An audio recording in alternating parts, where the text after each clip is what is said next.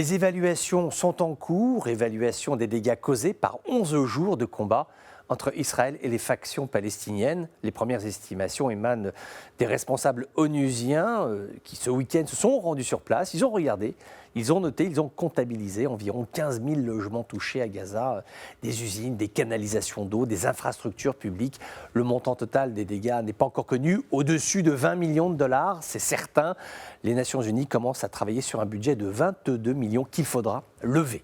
L'Union européenne sera certainement sollicitée, mais tout porte à croire que Bruxelles va traîner des pieds, fatiguée d'investir des sommes considérables dans la région et de voir cycliquement tout partir en fumée. Souvenons-nous de la piste de l'aéroport de Gaza sous les bombes israéliennes, la centrale électrique livrée flambant neuve. L'Europe estime avoir dépensé plus de 500 millions de dollars dans la région pour un résultat socialement peu convaincant.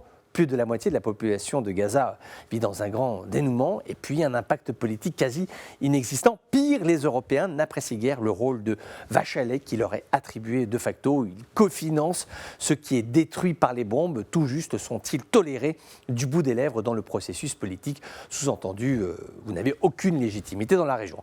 En revanche, dès qu'il s'agit de faire un geste financier, là ils sont sollicités, ce qui pose la question de la responsabilité financière des belligérants. À qui revient le prix, le fardeau de la reconstruction? Prenons l'exemple de la guerre civile en Syrie. Il existe des pays qui ont allègrement financé des groupes armés, des Katibas, des pays qui n'ont jamais pris un seul réfugié sur leur territoire, pas un seul. Ils n'ont jamais déboursé le moindre centime dans des opérations autres que politiques ou guerrières.